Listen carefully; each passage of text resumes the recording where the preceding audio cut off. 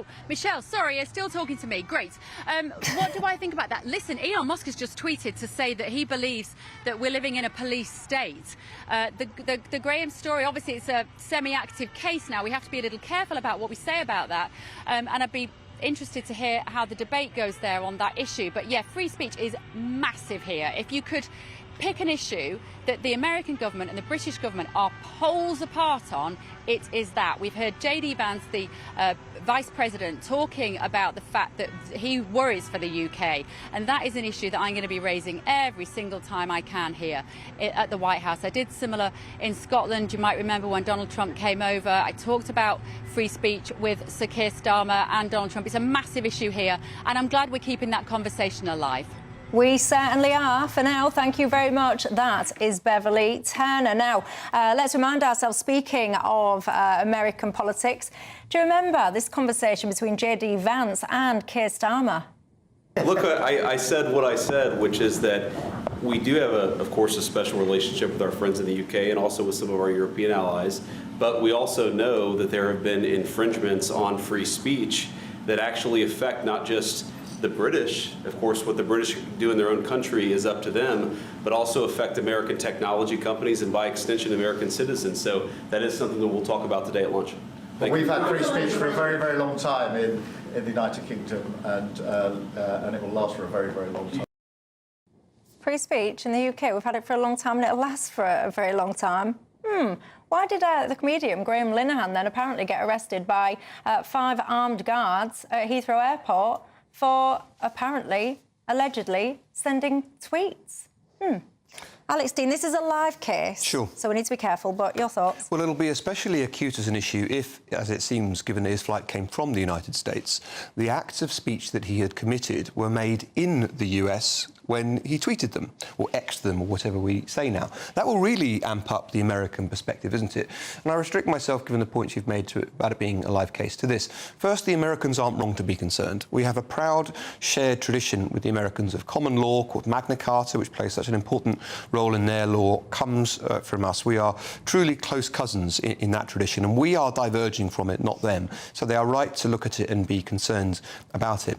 And second of all, whilst we seem to have lost the distinction between things we might not say ourselves or things we might not regard as tasteful, but nevertheless don't deserve the attention of law. Sending 5 police officers to take a man off a flight about tweets just seems thoroughly disproportionate, whatever it is that he tweeted. In the end, there was no suggestion he was a risk to others, or himself for that matter, in the course of this. So whatever the rights and wrongs more broadly, it does seem to me we got this completely wrong. 2 things. One is I don't think America should be giving us lessons about free speech. And Alex, as a lawyer, ought to be much more worried about what they're doing. They're saying to lawyers who represented, for example, the Democrat Party, that they can get no more work from any government agency. That seems to me a real attack on the freedom for all of us to get a lawyer and for lawyers to work on either side. So I don't think we should be taking lessons from the Americans. On the issue, though, I do find it quite extraordinary that someone's arrested for that. This, as I understand it, was the Met Police's aviation police. Now, I did a lot of work about people drinking excessively, and we can never find the police to actually stop them getting on aeroplanes, and we hear the aircrew being often threatened. So can they go and do that instead? Well, indeed. Look, I've got to read a very quick Metropolitan right to reply. They say a man was arrested at Heathrow Airport on Monday the 1st of September at 1300 hours after he arrived inbound from a flight. He was arrested on suspicion of inciting violence. This is in relation to Purse on X. Anyway, they say after being taken into custody, concerns for his health, he was taken to hospital. He's been bailed pending further investigation. Look, let me make this point about not just this case, but the one more broadly about free speech. We live in an absolute clown world in this country. It is embarrassing.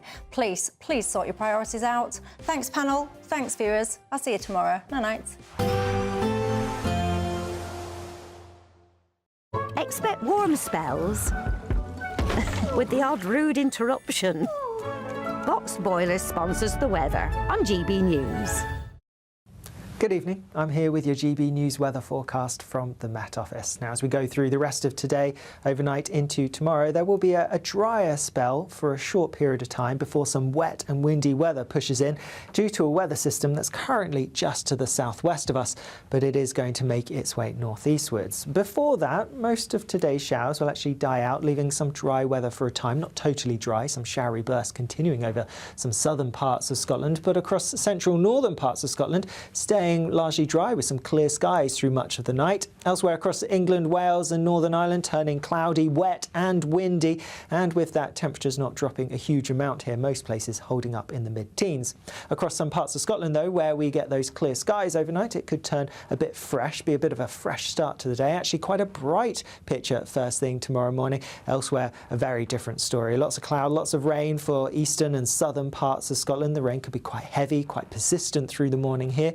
Plenty of outbreaks of rain across Northern Ireland and across much of England and Wales. Some heavy persistent rain affecting some southern counties on your way to work perhaps tomorrow morning. There will also be some strong winds around which could cause some issues, particularly towards coastal parts in the south. Now, as we go through the day, the heavy and at times persistent rain across parts of Scotland and northern England will continue. Elsewhere, we're going to see the more persistent rain clearing, but there will be heavy, perhaps even thundery showers following in behind.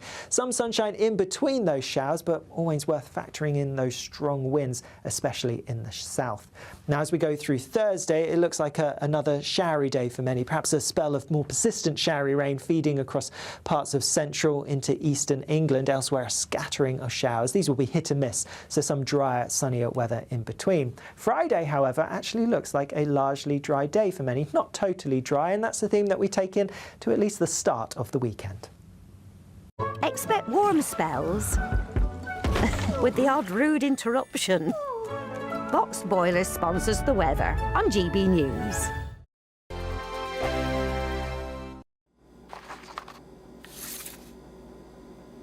Crash Law 24 sponsors GB News Traffic and Travel Report. Good evening. This is the latest AI travel news from gbnews.com. The A99 at Latheron is closed in both directions due to a road traffic incident. Motorists should find alternative routes and anticipate extended travel times. A broken down vehicle is causing delays on the A282 northbound Dartford crossing. Be cautious near the Thurrock section of the M25 anti-clockwise between junction 1A and junction 31, where a broken down vehicle has closed one lane.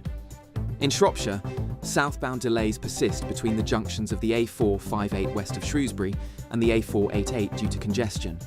And on the trains, expect disruptions on Chiltern Railways between Dorridge and Birmingham Moor Street. For more travel news, go to gbnews.com. Crash Law 24 sponsors GB News Traffic and Travel Report.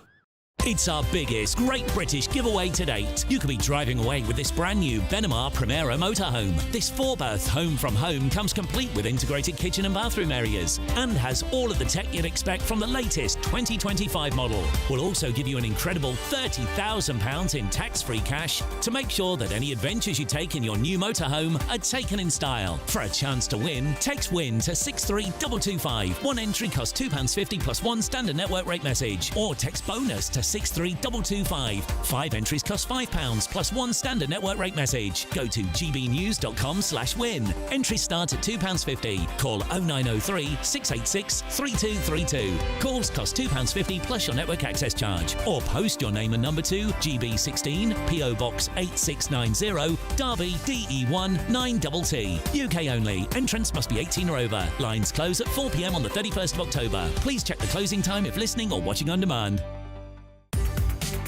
From the school run to the home run, watch a new show for all of Britain. So he can say whatever he wants. A straight talking show where all voices are heard. And, you know, when are we going to stop talking about smashing the gangs and actually do it? With the stories that matter from every part of our country. There's a bit of a crash landing there for your Chancellor. Bold, fearless and standing up for you. That's me, Martin Dewberry, 3 p.m. till 6 p.m, weekdays, here only on GB News. The People's Channel, Britain's news channel. Westminster's full of talk, but out here, it's the real world. Am I allowed to talk now? No, that's it. This is where it matters. Real people and real lives That's what politics is all about. The fact that Trump made a good start, no. Straight answers, no spin, and just a couple of pints. How many fingers have I got up? About 10. So join me for Lee Anderson's Real World every Friday at 7 p.m. only on GB News. The People's Channel, Britain's news channel.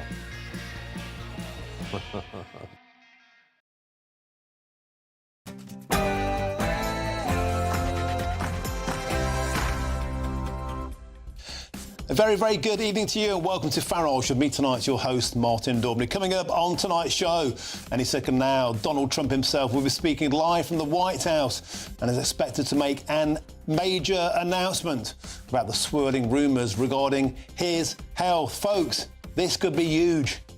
Now, in other news, yet another rumble in the jungle returns tonight as MPs have signed a letter criticising Nigel Farage for highlighting the link between migration and sex crimes. And meanwhile, the government is sending tens of thousands of text messages to overseas students, threatening them with deportation if they outstay their visas. Will it have any impact? Plus, an astonishing story for tonight's finale. I'll be joined by a man who claims to have been rejected for more than 5,000 jobs. What on earth is going on there? You're not going to want to miss this. That's all to come. Trump is imminent, about to land. But before that, here's our own huge man, Sam Francis.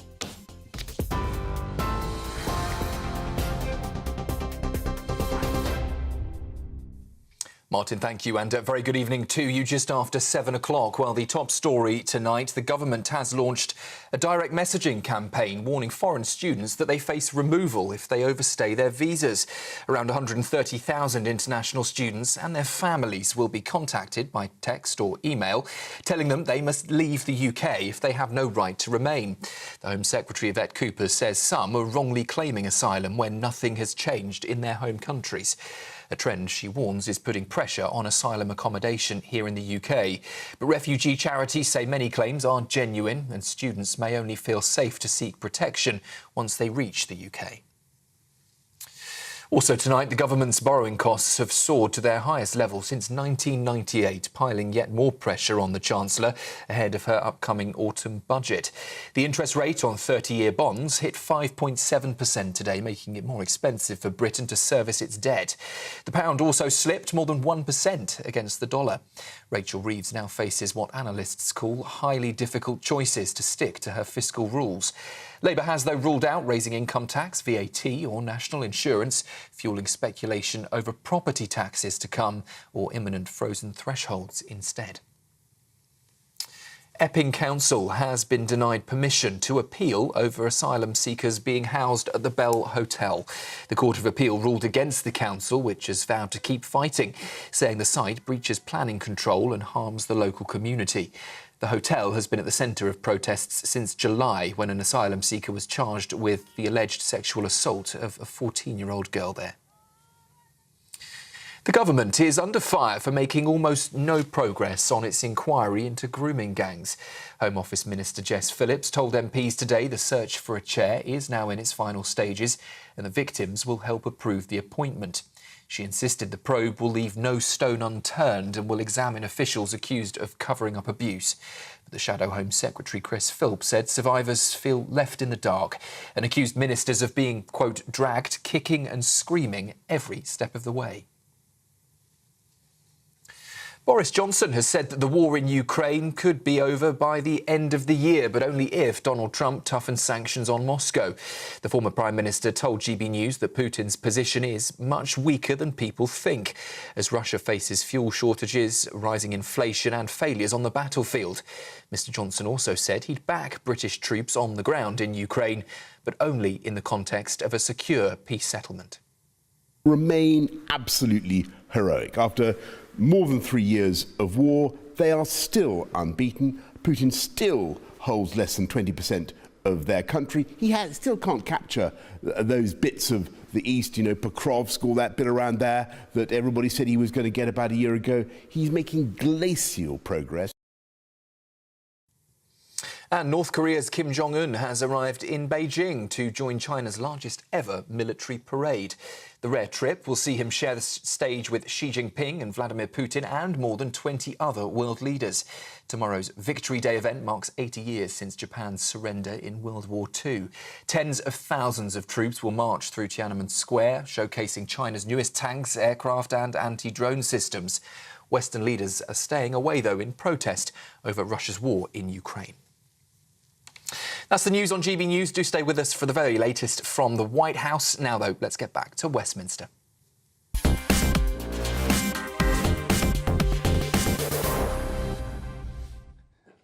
Thank you, Sam, and welcome back to Farage with me tonight, your host, Martin Dewberry. Now, a group of MPs and other public figures have signed a letter, an open letter entitled Women Against the Far Right, criticising what they claim to be the exploitation of violence against women and girls. The letter, which has been coordinated by Stand Up to Racism, yeah, that mob, has claimed there is no evidence that people seeking refuge are more likely to commit acts of sexual violence. Many are themselves survivors of violence, war and persecution. Blaming them distracts from tackling the deep-rooted causes of abuse and from holding those truly responsible to account. The letter then goes on to criticise Robert Jenrick and Nigel Farage for highlighting the link between migration and sex offences also. Well, let's have a debate. I'm joined in the studio now by the Research Director for the Centre for Migration Control, Rob Bates, as well as the political commentator, Fahima Mohammed, who both join me in the studio. Welcome to you both. Rob Bates, I'm going to start with you. This is an astonishing letter, I believe. It's been signed by two multimillionaire lovies, Paloma Faith, Charlotte Church, the voice of an angel, saying you're right wing for speaking out about sexual abuse committed by those from overseas. Zara Sultana, that's Jeremy Corbyn's number 2 in the Your Party. Diane Abbott, of course, and Baroness Chakrabarti, the ermine-clad former leader of Liberty. They say one thing, though, Rob, which I wanted to particularly pick up with you about. There is no evidence that people seeking refuge are more likely to commit acts of sexual violence in the UK. Rob Bates, you've made yourself something of an expert on this. Tell them why they're wrong. Well, it's not just me, of course. Of course, it was the Casey audit which released its findings a couple of months ago, which also found that asylum seekers were represented in those grooming gang cases. I think where this sort of letter is trying to take the conversation is actually in quite a dangerous place, where it's looking to actually mask a disproportionate issue that we have here when it comes to foreign nationals committing sex crimes, whether it's the fact that they're 3.5 times more likely to be convicted, to be arrested for a sexual offence, whether it's the fact that a quarter of sexual offences and rapes last year were foreign nationals, whether it's the fact that 40% of charges last year in London for sexual offences were foreign nationals as well. There is an increasing corpus of statistics which do show that foreign nationals are overrepresented in these statistics, and it's in particular when you look at a national level, there are some instances where nationalities are 20%, 22 times more likely to be represented in sex offence convictions. And we've seen a huge surge as well, of course, in recent years, 110% increase in sexual offence convictions for those nationalities most likely to be on the small boat. So there's a real problem here, and I think what this letter is attempting to do is actually stop a necessary conversation, because, of course, every conviction, every crime that is committed by a foreign national is directly downstream of a policy decision to let these people into the country. And if we can't have that conversation about what we need to do at our immigration policy, then we're really in a really dangerous place. Let's get one of those charts on screen now, Rob Bates, that you produce at the Centre for Migration Control. This is highlighting the fact that Afghan nationals 22 times more likely to commit sexual offences. And in fact, your own data, Rob Bates, found that there are 87 nationalities more likely to commit per capita sexual offences versus Brits. You can see right at the bottom there, that's the Brits. The data is the data. Data is colourblind. Fahima Mohammed, it should be used to highlight a grave concern. Why on earth are these prominent feminists telling ostensibly white working class women they're racist? Shut up, sit down. I don't think they're saying that. And even though you highlighted those statistics, when it comes to the Ministry of Justice, those statistics are aggregated, meaning they do not highlight Afghans, Romanians, Eritreans in that specific sort of nationality or ethnicity, right? So it is basically broader.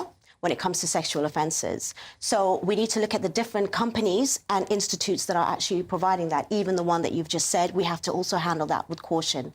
There are people out there that really think that if you're highlighting about, sexual offences is far right. That's absolutely incorrect. We're talking about the racism that comes from it. We have had, since Magna Carta in 1869, British justice is about, and it's meant to be about individuals, not the entire community. We've got the Equalities Act, which shows that you should not brand everyone and groups, but also just the actual individual. And we've got the British rule of law, that they are innocent until proven guilty. And these statistics right now are actually there to flame the fire of saying that these communities have no values, they don't have certain ways of being, when actually, if that was the case, then there should be absolutely no English white British people that are also committing these crimes. And it is not about race and ethnicity. It should not be about that. It should be about people who are committing these crimes, and they should be, criminalised for it. But when it's actually been stoking with these false statistics, being manipulated in those ways, that's the problem. OK, Rob Bates, your statistics are false. Well, and this is the problem, isn't it? You try and actually produce data that the Ministry of Justice provided with you. I'm not quite sure what you were talking about when it came to the ethnicity and the data not being aggregated that way. I can assure you that it is aggregated that way. And it shows, well, you can look at migrationcentral.co.uk.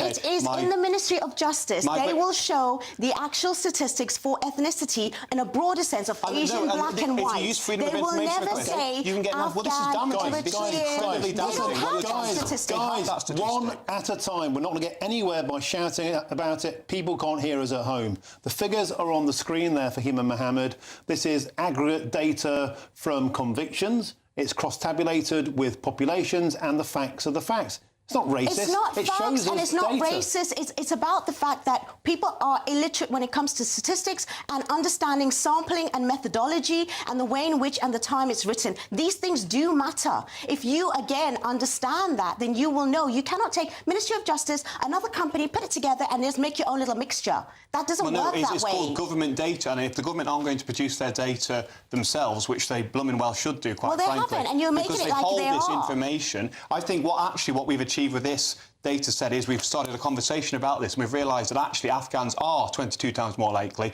to be convicted of a sexual offence than a British national. That's Ministry of Justice data. You might not agree with... No, it's not Ministry of Justice data. You just said the Ministry of Justice should have that. Shows the number of convictions. No, you're not talking to someone illiterate here. That's the problem. Let's just take a deep breath and look at the methodology. Where is this data from, and how did you work it out? Spell the facts. This isn't conjured out of thin air. This is data extracted from the Police National Computer by the Ministry of Justice, which showed us the raw number of convictions per nationality. You are looking on the public realm for Ministry of Justice published data by ethnicity, but they do hold the data by nationality. Of course they do. When people are arrested, there is a nationality field in the Police National Computer. And you can say people are statistically illiterate for pointing this out, but this is how the process works. When someone's arrested, they provide their nationality. We then use ONS, and I think we'd all agree that they're probably the gold standard. Asian, black, white, not necessarily this Afghan. Is just nonsense. It's not even worth talking it does. No, because it is. You need to be specific on that, because you are now also basically taking away and decriminalising and criminalising certain ethnic backgrounds in that way. And I think it is a problem for men.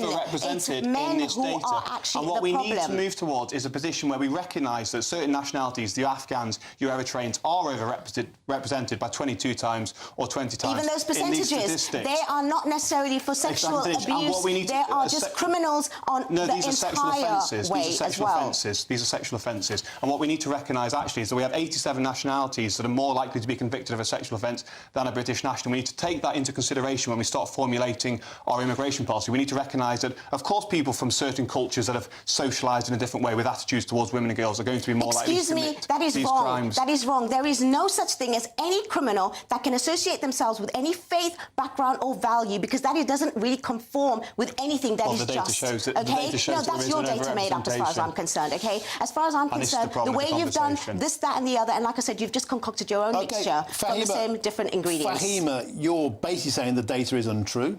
You From doubt, him, yes. You doubt his veracity, despite the fact Rob Bates, I think, has spelt out the fact it's Ministry He's of a Justice. one-man think tank, OK? At the end of the day, it's not really there. He's putting this, that and the other on it, and it's not really there. I know when it comes to statistics, how it's been actually verbalised in that. You won't believe the facts of the facts. We don't want to waste any more time on this. Let's move on to the fact that now we're hearing from prominent leading cultural figures, millionaires, politicians, people of the establishment, people very, very privileged, telling ordinary women, I've had on my show earlier on today, between 3 and 6, women's safety campaigners, you know, feminists who tell the stories of women who are being harassed and sexually assaulted, groped, raped by people from overseas, real stories. What happened? Yeah, I hear them too. What happened to the Me Too movement? What happened to I Believe Her? How come we don't believe them? Because they're far right. It's nonsense. No, I am not saying that. What I'm saying is these things are real, they are true, and it happens from all types of background and men. The factors are not their ethnicity, community, and their faith. It is to do with mental health, low class, and all of that. You don't think perhaps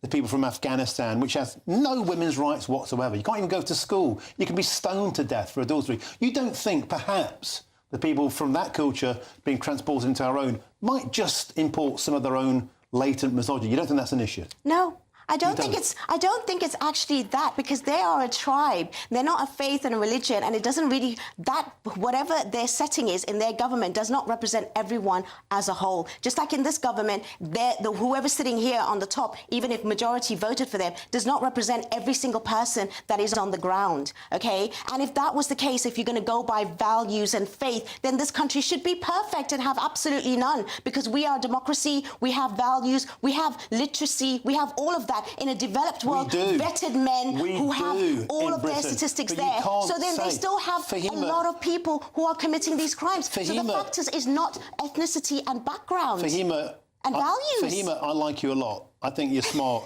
honestly. But you have to face the reality. People coming from overseas where there are no women's rights aren't magically...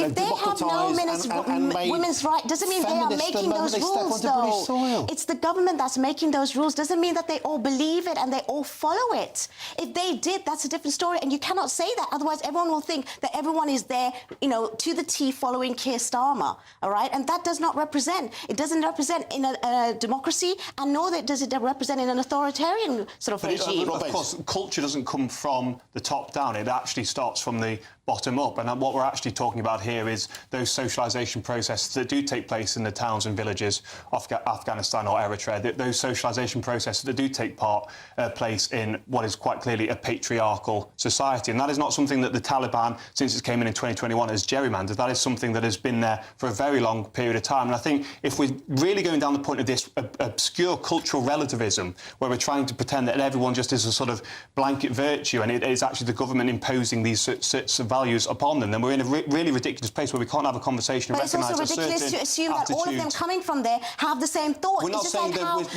all of them are more likely to be... We're saying they're more likely to be convicted of these crimes. We're not saying necessarily. There's a propensity. Well, we because are. Because majority of people that come here, even illegally, right, they actually got their biometric, sort of tests. They are actually, allowed to stay in. They're not convicted. In fact, majority of migrants are not the criminals. They're not the ones that are actually, there in the prisons, as we say. Maybe proportionately fair enough to a certain extent. And that's the point we're trying to make. And I get that, and I'm not saying that, and I'm not ever saying that women should not stand up and they shouldn't be heard. And if it is from a specific faith, for me, I don't care which faith, which background, which colour they come from. They need to be obviously, convicted if they've done and made those kind of like criminal acts. But what I'm trying to say is you saying that those groups come from, and they're importing their values and this. I don't believe any human being should have those values, and it doesn't conform and belong in any faith or group or community. But never, it really doesn't. Because if that's the case, Fahima, again, it shouldn't be here in the Fahima, UK. That, with the greatest respect, is a denial of reality. No, it's not. People come because we have so many people living here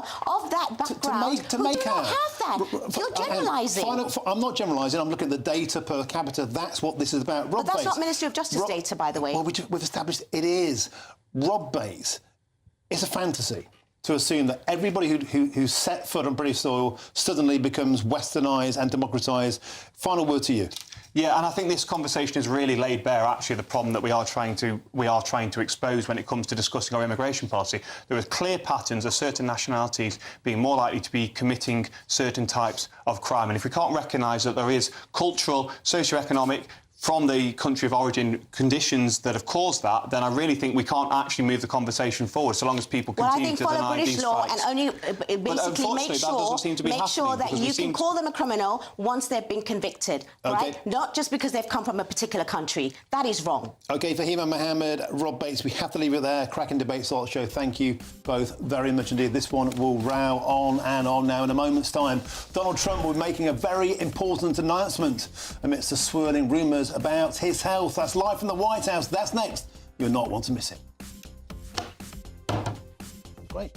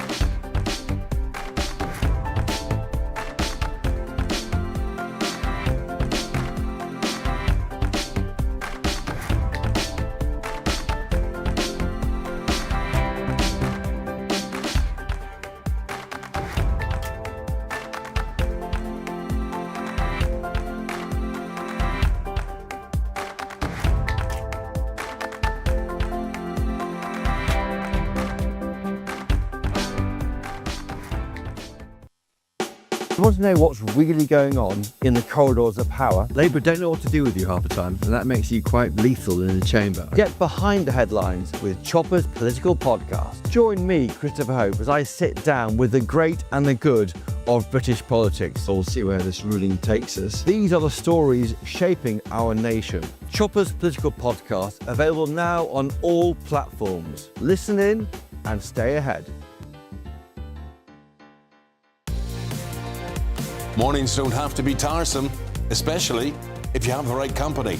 Wake up to news as it happens, opinion and debate, and of course, a little bit of entertainment too. Because when the kettle's on, we're on.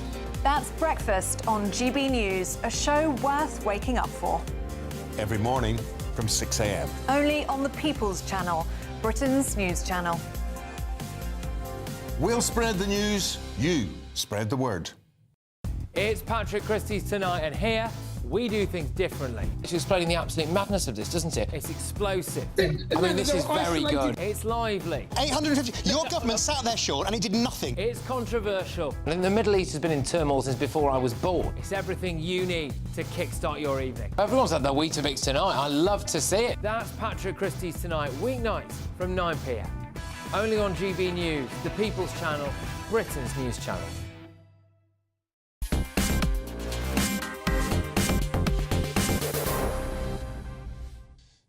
Welcome back to Farrell. With me, your host, Martin Dewberry. Now, we're expecting Donald Trump live from the Oval Office any moment now. But in the meantime, I'm joined by the DC Bureau Chief at the Daily Wire, Tim Rice, and also by the former State Department official in the Obama administration, Joel Rubin. Gentlemen, welcome to you both from this side of the pond. Great anticipation ahead of this surprise announcement. Tim Rice, we heard over the weekend that Donald Trump was dead.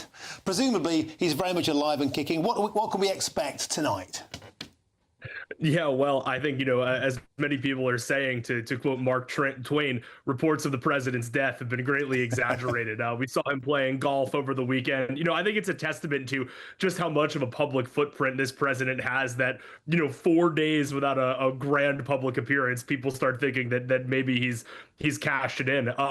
We're hearing reports today that, that the announcement is going to be about moving the Space Force headquarters or reassigning the location of that, reversing a Biden-era decision, which was itself a reversal of a Trump-era decision. So honestly, big news for the administration, a big win for the president, but also compared to what people are saying on the internet and what people are guessing, pretty normal news. A big announcement to be sure, but also one that after these past few days of speculation, is the president okay? Is he in hiding? Something that certainly says, no, it's just business as usual here at the White House. And Tim Rice, of course, there's never anything but normal and boring with Donald Trump. Anything can happen. That's why this is just the ultimate box office. You can't miss a moment of it. Anything could break out. Joel Rubin, can I ask you? There's been a lot of speculation around Donald Trump's health. Isn't it astonishing that for 4 years in power, the Democrat press had no interest whatsoever in Joe Biden's clearly failing health? The guy could barely get a matching pair of socks. And yet suddenly they're obsessed with Donald Trump's health. Well, Martin, look, proof of life is good, so we'll get that today. I think that it's possible, quite frankly, that the American people do want to see their president in real form, in life form. And Joe Biden, he was around, he was out. There was a lot of news made throughout the years about whether or not he was in his basement and where was he hiding and whatnot. And I think that was always part of the theme. And I think that's why you see Democrats basically reacting the way that we are reacting, which is, aha. So you made a big hay out of it for 4 years. Joe Biden is still there. He's still alive. But now when your guy is missing, we suddenly have to be quiet. No, I think there's a little bit of schadenfreude here going on as well.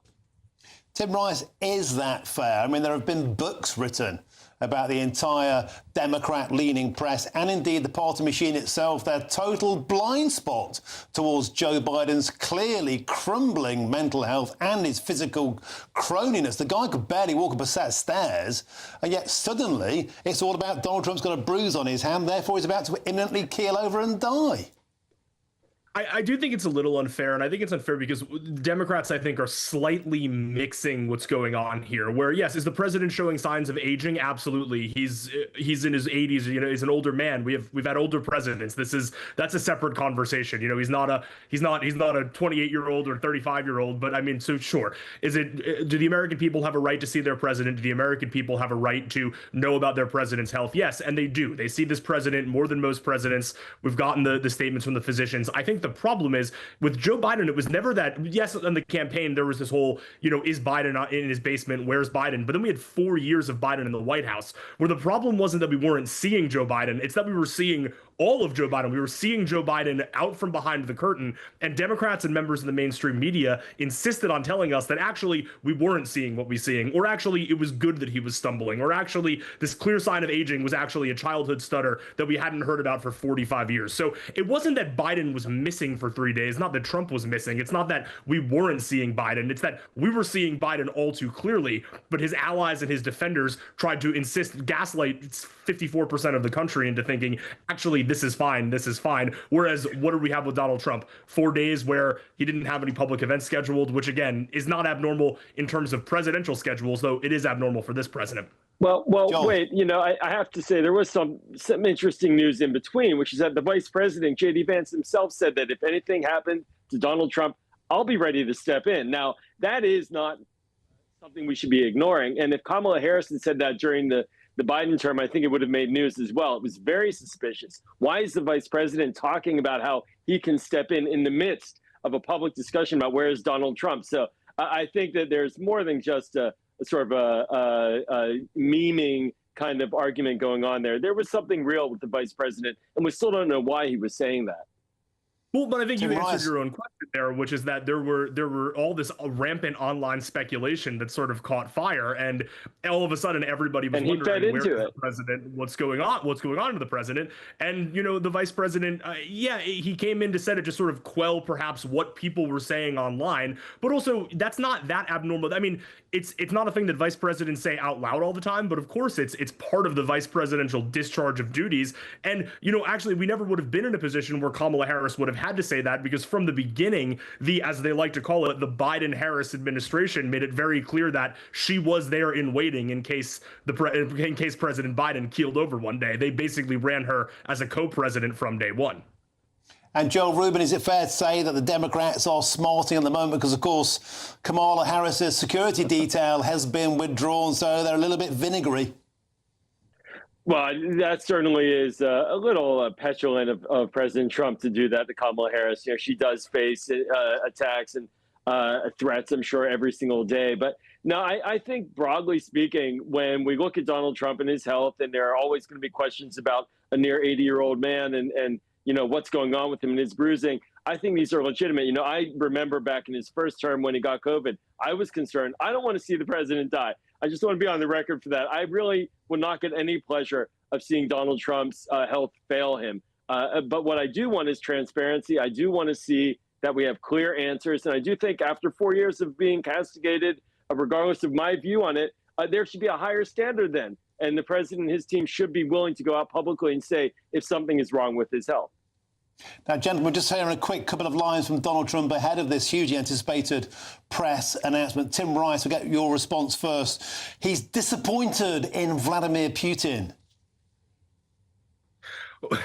Well, that sounds about right. The president has really sort of changed his. I don't want to say changed his tune. The president has always been, I think, seen Putin for what he is. But President Trump is a deal maker, as he likes to remind us all the time. And I think it was fair, despite what critics said. It was fair that the president wanted to take a different tack with approaching the Russian president at the beginning of his term, going in a little bit more amicably, seeing if he could make a deal. He's given Vladimir Putin chances to come to the table. Putin did not come to the table. We see this on the other side. He did the same thing with Zelensky. There was that, nastiness, that unpleasant meeting back in February. Zelensky came back last month. Everyone was joking. Everyone was happy. Him and the president were leading this meeting. So, I mean, yes, obviously Putin's going to Putin, right? Vladimir Putin is much like the Russian bear, right? He's unchanging and he's stubborn. And I don't think President Trump was ever in doubt about that. I don't think he ever had illusions that Putin wasn't who he was, but I do think he was willing to see if he could deal with him a little bit more, and now that time is up. Well, Joel Rubin, I think we can all agree that when Donald Trump said, I can end this war within a week or a day, whatever it was, it's proving to be a lot more stubborn than that.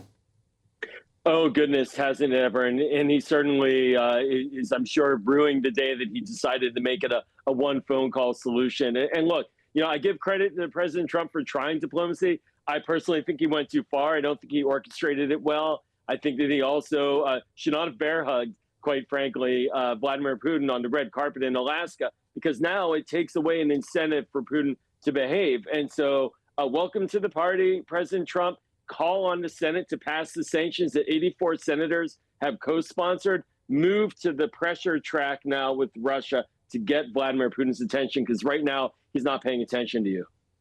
And final word to you there, Tim Rice. Donald Trump, it's his party. He'll keep us waiting as long as he wants. I think I've waited 2 hours for a Trump press conference before, but this is the point. It's the greatest show on earth. Anything can happen. Anything can happen. That's absolutely right. There was a lot of speculation over the past couple of days, as we said. I'll say this. When I heard that it was, when he said it was exciting news, or I believe Caroline Leavitt said it's exciting news about the Defense Department, I personally was hoping, and he might still, as you said, I was hoping he was going to announce that he's finally renaming the Defense Department back to the War Department, which is what the Defense Department was called from the founding of this country until shortly after World War II. It was an administrative reorganization. It was when the Air Force was new. It made sense at the time. Don't get me wrong. I don't have an issue with the Department of the Defense moniker, but I just think the War Department has a very cool ring to it. OK, thank you very much. We're going to have to leave it there, gentlemen. Thank you to Tim Rice and also to Joe Rubin. Coming up next is the countryside racist. That nonsense again.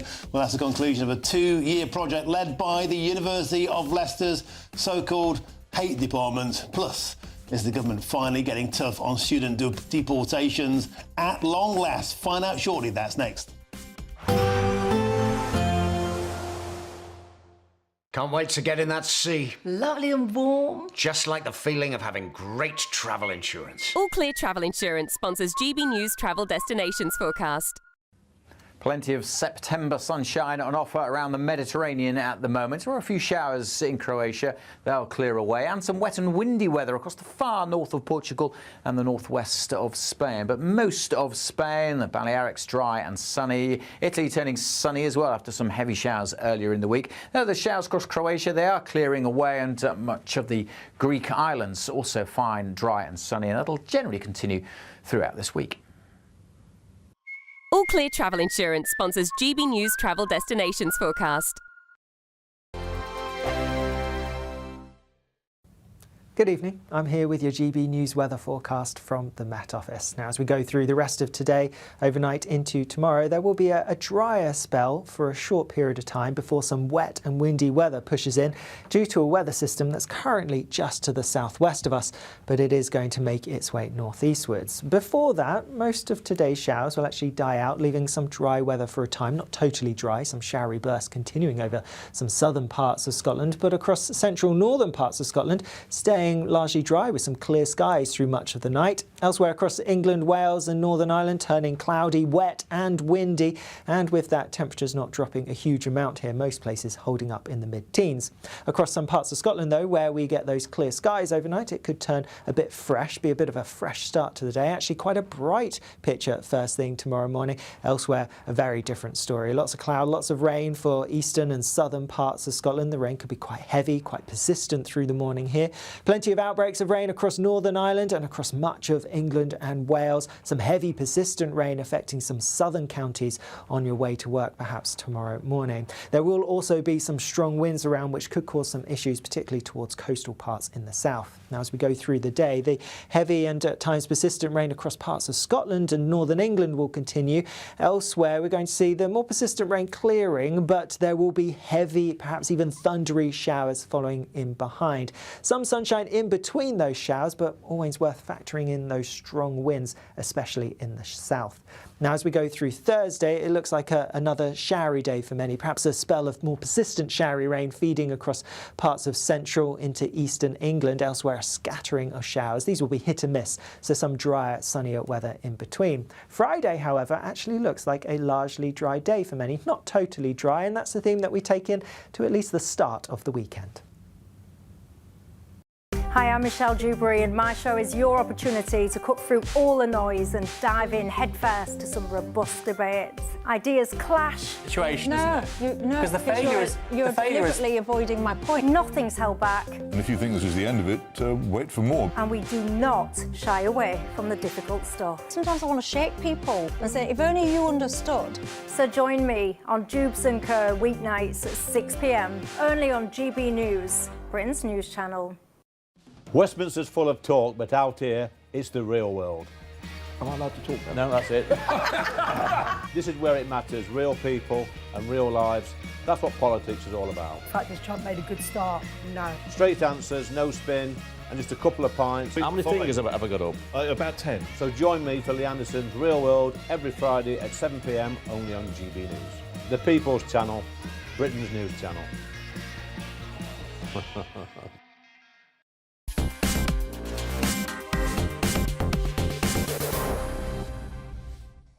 Welcome back to Farrell with me, your host, and I'm Martin Dewberry. Now, a quick reminder, we are still waiting for Donald Trump to arrive for that hugely anticipated press announcement. But ahead of that, yesterday we revealed the shocking extent of student visa overstayers. And today, the government has announced it is cracking down on the phenomenon. Now, one of the key routes for asylum over the past few years, of course, has been via the student visa route. But the government claims it has reduced asylum claims through this passage by 10% and has now revealed it is sending tens of thousands of text messages to students threatening them with deportation if they overstay their welcome. Let's welcome back into the studio the Research Director at the Centre for Migration Control, Rob Bates. Rob, we have a huge problem with illegal immigration and an even bigger one with legal migration. The number one route are people claiming to be students, never going home. Some of them go to Mickey Mouse universities and barely complete any of their study at all. Call me a cynic, but sending these people a text message, it's sort of going to get them quaking in their sandals. No, it does feel that way. And I think there are two problems when it comes to, obviously, the large number of people that are coming to study at very subpar universities. I think about a third of those that come to study at UK universities are doing so at universities that are in sort of that bottom quartile.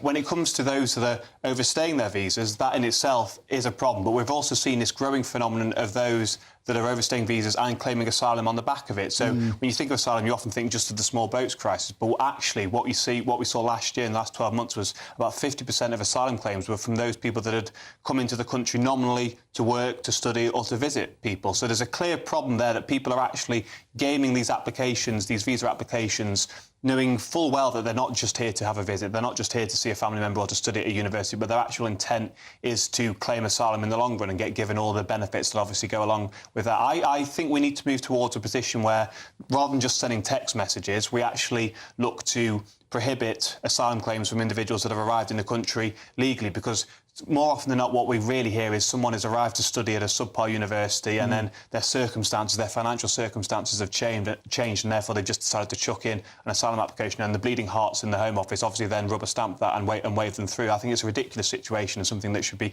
is very easily actually clamped down on. 132,000 adult students and their families were in the UK legally, but nearing the end of their studies at present, and around about 50% overstay. The main offenders being the usual offenders, Pakistan, Nigeria. They came here willingly. They paid their way, paying much more than domestic students. Suddenly, they decide it's too safe to go home. Is this entire thing just one big racket? I think it is. I think it's definitely exploded thanks to the Conservative Party, who had this weird obsession that there would be at least 600,000 foreign students in UK universities at any one point in time, which is clearly a ridiculous situation. You know, we've got a real problem when it comes to higher education anyway. We've got too many young people going to really low-grade universities and studying degrees in sort of, you know, wardrobe design or Marxism, what have you. And then I think what we've effectively ended up with here is the Conservative Party have thrown open the door to foreign students, and then they've introduced this graduate visa route as well, which actually allows about half of them to stay and sort of shop around and try and find themselves a job for a couple of years after the end of their studies as well. And when you actually look at some of the courses that people are studying when they come to the UK, it is literally things such as leather design and you know, wardrobe manufacturing and really low-grade stuff that actually isn't really strategically important to the UK in any way. Rob Bates, we've got a quick clip I'd like to show you. We spoke to Boris Johnson earlier on. Our political correspondent Catherine Forster sat down with Boris, seemed to have changed his mind on the ECHR. Do you think it will be necessary to pull out ultimately of the ECHR, the Refugee Convention, all of these international agreements? Will we have to go that far? Because the public are listening to Nigel Farage. He's making all sorts of promises. Are the Conservatives going to be able to come back from this, do you think? Of course. I mean, look, there's no single thing you can... Leaving the ECHR on its own doesn't fix this, right? I think it does help in a lot of cases, and I've come round to it. There you go, Rob Bates. Boris Johnson has come round to leaving the ECHR. Funny that, because Nigel Farage has now made it a cornerstone of the reform offering. Well, exactly, and it was actually Boris Johnson that made it a lot harder for us to get around to leaving the ECHR, because, of course, he baked our membership into the very heart of his withdrawal agreement when he was trying to get Brexit done as well. So I think it's a bit rich and it's a bit Johnny-come-lately, as per usual, when it comes to Johnson. And as you mentioned, there was a love affair with foreign students. Boris Johnson was pushing that forward. Catherine Forster probed him on the Boris bulge, the 1 million that we talk about so often on the show. He seems to be in a complete state of denial about it. Yeah, I think there's a few members of his cabinet that have seemed to insist that it was actually a good thing and it was the right thing to do. They had no democratic mandate to do this. Of course, Brexit was on the basis of controlling our borders. That's why it got through. For him to then introduce the points-based immigration system, which actually, rather than clamping down on the numbers coming in, threw open the doors, not just to Europe, but to the rest of the world, I think is a gross betrayal and one of the most significant that we have seen in modern political history. And I think he will be remembered, hopefully, as the architect of the Boris wave, which has caused huge damage damage to this country, and will do for the foreseeable future as well. Rob Bates, always a pleasure. Thank you for popping into the studio tonight.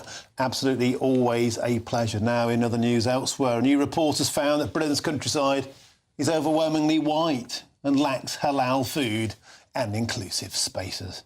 Now, researchers from the University of Leicester, that bastion of learning, say ethnic minorities often feel unwelcome in rural areas due to customs like pub culture. They're now calling for inclusive facilities, including more halal and kosher food options in the countryside. Well, I'm joined now by Tim Bonner, the Chief Executive of the Countryside Alliance. Tim Bonner, always a pleasure. It's not the first time we've heard the countryside is racist, and I put it to you again, it's utterly absurd. It is absurd, and I've been dealing with this personally, with the Countryside Alliance for decades. It comes on a sort of cycle. And the really frustrating thing about this report is there's actually some very good evidence out there that the countryside is less racist than other areas of Britain. Yet these researchers have worked very hard to ignore that. You can look at the statistics, the government statistics on hate crime, on racist hate crime, and it's very clear that there is an inverse relationship between rurality and racism. Across the board, there are fewer incidents of racist crime in rural areas, in rural police forces, than there are in urban ones. And so I find it really frustrating, not least because you mentioned this idea that somehow because the countryside is white, it's racist. And what this report does, I think, is actually make it more challenging from people from ethnic communities who want to visit the countryside. And the countryside is white. There's no getting away for that. But for historic reasons, immigrants have tended to settle in towns and cities. And the countryside is open to everyone. It wants people to enjoy the countryside. It's one of the great aspects of our country. And what these people are doing, I think, which is really sad, on the basis of anecdote, is essentially creating more barriers to those people coming into rural areas. Tim Bonner, I find it utterly ludicrous that the answer to making the countryside more inclusive is to have more halal food.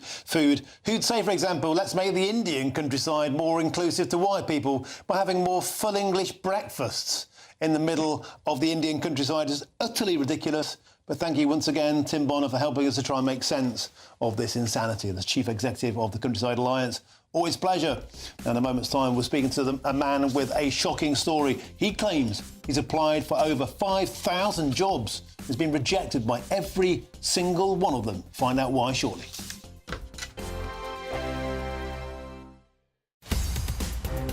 In the GB newsroom, we bring you the news as it happens. With our team of dedicated journalists across the UK, we're ready to keep you up to date with what's happening every half an hour, every single day. Bulletins here on GB News, the People's Channel, Britain's news channel. Mornings don't have to be tiresome, especially if you have the right company. Wake up to news as it happens, opinion and debate, and of course, a little bit of entertainment too. Because when the kettle's on, we're on. That's Breakfast on GB News, a show worth waking up for. Every morning from 6 a.m. Only on the People's Channel, Britain's news channel. We'll spread the news, you spread the word. From the school run to the home run, watch a new show for all of Britain. He can say whatever he wants. A straight talking show where all voices are heard. And, when are we going to stop talking about smashing the gangs and actually do it? With the stories that matter from every part of our country. There's a bit of a crash landing there for your Chancellor. Bold, fearless and standing up for you. That's me, Martin Dewberry, 3 p.m. till 6 p.m, weekdays, here only on GB News. The People's Channel, Britain's news channel. Westminster's full of talk, but out here, it's the real world. Am I allowed to talk then? No, that's it. This is where it matters, real people and real lives. That's what politics is all about. The fact is Trump made a good start, no. Straight answers, no spin, and just a couple of pints. How many fingers have I got up? About 10. So join me for Lee Anderson's Real World every Friday at 7 p.m, only on GB News. The People's Channel, Britain's news channel. You want to know what's really going on in the corridors of power? Labour don't know what to do with you half the time, and that makes you quite lethal in the chamber. Get behind the headlines with Chopper's political podcast. Join me, Christopher Hope, as I sit down with the great and the good of British politics. We'll see where this ruling takes us. These are the stories shaping our nation. Chopper's Political Podcast, available now on all platforms. Listen in and stay ahead. Miriam, you can't be serious. Scrapping the triple lock on state pensions? Madness.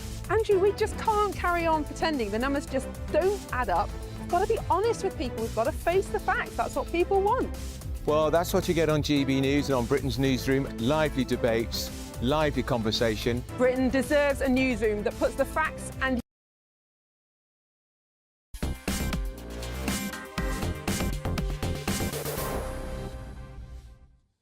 Well, back to Farrell. Just get straight to the White House. Donald Trump has given that hugely anticipated announcement. Let's go.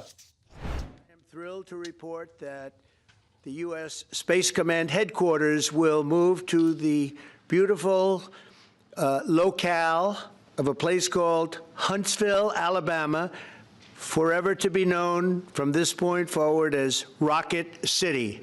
Okay, so Huntsville, Alabama. We love Alabama. I only won it by about 47 points. I don't think that influenced my decision, though, right? That didn't, right? But we had a lot of competition for this, and Alabama's getting it, Huntsville in particular. So congratulations, everybody. Katie, congratulations. This will result in more than 30,000 Alabama jobs, and probably much more than that, and hundreds of millions of dollars of investment, and that's billions, because it can't be millions, it's billions and billions of dollars. Most importantly, this decision will help America defend and dominate the high frontier, as they call it. I want to thank Secretary Pete Hegseth. He's doing a fantastic job. And Secretary of the Air Force Troy Mink. Troy, thank you very much. Great job you're doing, Troy. This is such a big deal. This is one that everybody wanted to know. What are you doing? I also want to thank Senators Katie Britt, and I want to give my condolences. Your grandmother, her grandmother just passed away. She was 100, right? 100, and she loves you, Mr. President. Well, and she was very proud of you. Thank you very much. Very, very proud of you. So thank you, Katie. Wonderful woman. She must have been. To produce you indirectly, I can tell you she had to be. Tommy Tuberville, who's a great coach. And I won't say anything about what happened with Alabama football this weekend. Let's leave that out. But you're not used to that, right? You're not used to that. But Tommy, Auburn won, that's right. They did. So you're happy. Tommy's been a great senator, as you know, and a fantastic guy all around. He was also a tremendous coach. House Armed Services Committee Chair Mike Rogers. Thank you, Mike. Where's Mike? Mike, thank you very much. Doing great, Mike. Representatives Barry Moore, all great friends, Robert Adderholt, Gary Palmer, and Dale Strong. Thank you all very much, fellas. Appreciate it. In my first term, I created a thing called Space Force, so important. You know, we were losing the race in space very badly to China and to Russia, and now we're far and away #1 in space, and reestablished Space Com with a mission to protect American space assets and detect any threat to our homeland. We initially selected Huntsville for the Spacecom headquarters, yet those plans were wrongfully obstructed by the Biden administration. And as you know, they moved them to a different locale. And today we're moving forward with what we want to do and the place that we want to have this. And this will be there for hopefully hundreds of years. That's where it's going to be. I will say I want to thank Colorado. The problem I have with Colorado, one of the big problems, they do mail-in voting. They went to all mail-in voting. So they have automatically crooked elections. And we can't have that. When a state is for mail-in voting, that means they want dishonest elections, because that's what that means.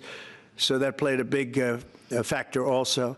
In Huntsville, Spacecom will play a key role in building the Golden Dome, as you know. That's going to be a big thing. Everybody wants to be a participant in it. Missile Defense Shield, we're going to be having a Golden Dome that the likes of which nobody's ever seen before.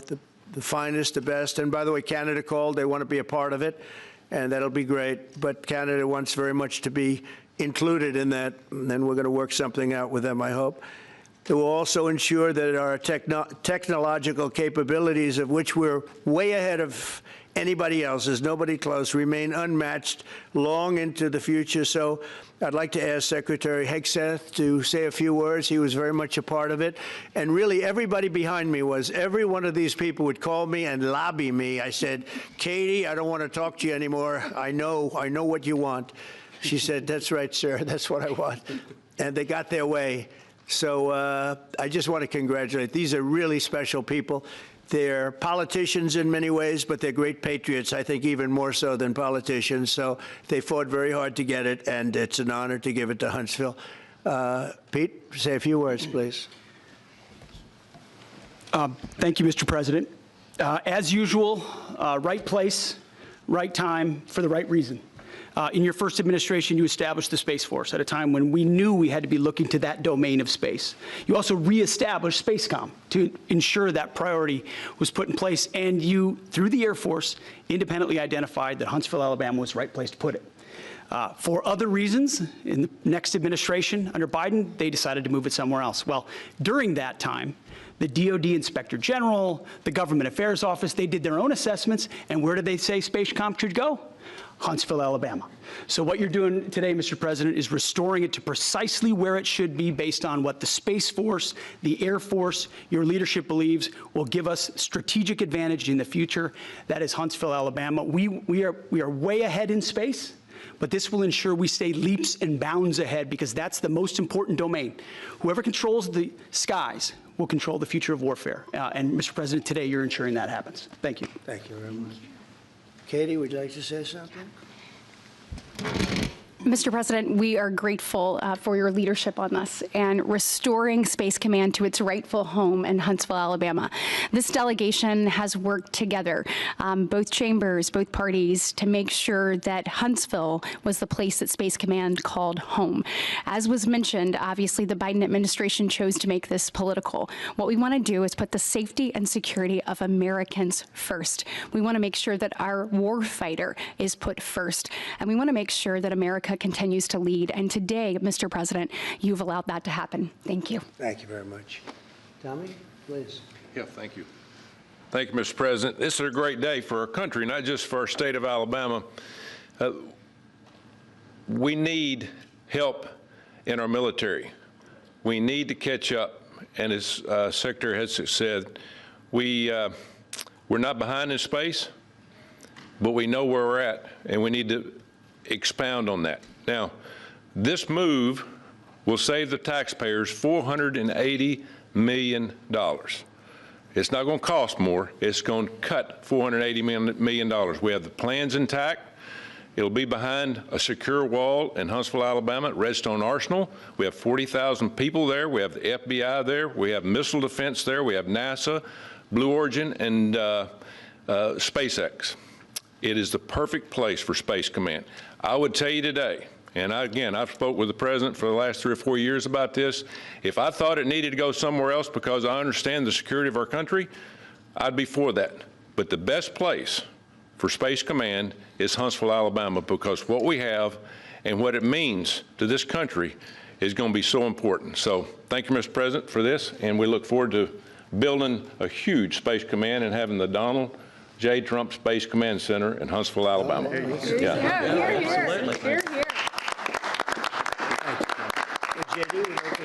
Sure. Well, Mr. President, thank you. I'll be very brief here. I lobbied the president hard to put it in Ohio, but he said these people behind us, these Alabamas, are just too powerful and too persuasive. And so it's in Alabama, but as Tommy said, this is exactly the right place for Space Force and Space Command. I think Americans ought to appreciate it and ought to appreciate the fact that you can't win the battle of the future unless you control the skies. The cyber security, the communications, the entire infrastructure of the battle in the 21st century will be in space. So it was a visionary move in the first administration for the president to set up Space Force, and I think an equally visionary move to make sure that Space Force is right where it should be in Huntsville, Alabama. Thank you, sir. Thank you very much. Gentlemen, anybody want to say anything? Would you like to say? Mr. President, another promise made, another promise kept. You think about it, Redstone Arsenal is critical to national security. The president said when you were the 45th president, let's do what's right for national security. And today, that's exactly what we're doing. It's not because of this or that. It's because it's right for national security. You think of the 21 categories that were evaluated to determine what was best for national security. All indicators pointed back to Huntsville, Alabama, and Redstone Arsenal. We have the right people at the right place at the right time. Mr. President, on behalf of the people of the 5th Congressional District and all of Alabama, thank you for keeping your word. Thank you. Absolutely. Thank you very much. Anybody? Let me just say, Mr. President, I want to say thank you. And thank you for doing this because it was the right thing to do. When they looked at all the numbers, Huntsville was the place to go. And like you say, it was unfortunately pulled out, but you made it right. So I want to just say thank you again for a grateful nation, and to the state of Alabama, we're very grateful. Thank you, and God bless. Thank you very much. Thank you. Thank you very much. Mike, do you Please, want to say? go ahead. Mike? Thank you, Mr. President. Throughout history, militaries has always understood that whoever could hold the high ground held the advantage. Space is the ultimate high ground.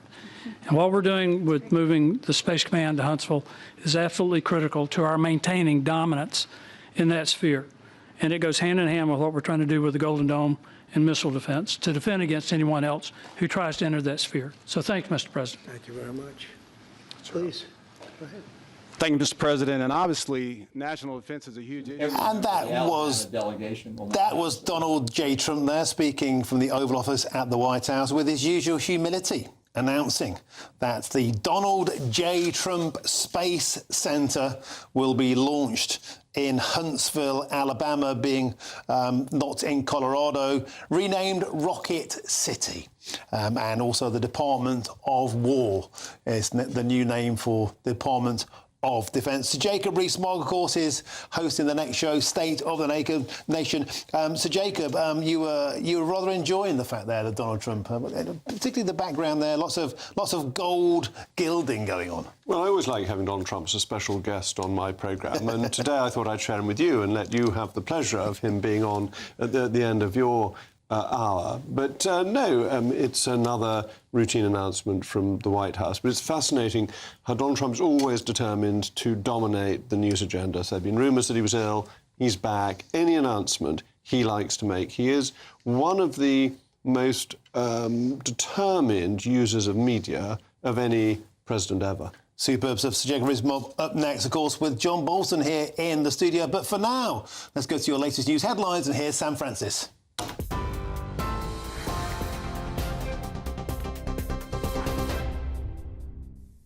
Very good evening to you.